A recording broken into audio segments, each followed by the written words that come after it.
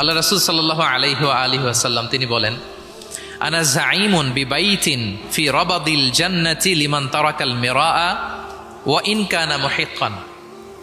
প্রিয় নবীজি বলেন যে আমি ওই ব্যক্তিকে জান্নাতের আঙ্গিনায় একটা ঘরের সুসংবাদ দেই যে তর্ক করার সময় নিজের সঠিক, সে হকের উপর আছে এটা জেনেও সে তর্ক করে না। তর্ককে, আর্গুমেন্টকে, ডিবেটকে স্যাক্রিফাইস করে যে না আমি ঝগড়ায় যাব না, যদিও সেই সঠিক। এরকম স্যাক্রিফাইস যে করে জান্নাতের আঙ্গিনায় তাকে আমি একটা ঘরের সুসংবাদ দেই। এরপর প্রিয় নবীজি বলছেন, অবি বাইতিন ফি ওয়াসাতিল জান্নাতি লিমান তারাকাল কাযিবা ওয়া ইন কানা মাযিহান। আর আমি ওই ব্যক্তিকে জান্নাতের মাঝামাঝি স্তরে একটা ঘরের সুসংবাদ দিচ্ছি যে ব্যক্তি কৌতুক করেও মিথ্যা বলে না। He was kidding, he was joking, but he never tells a lie.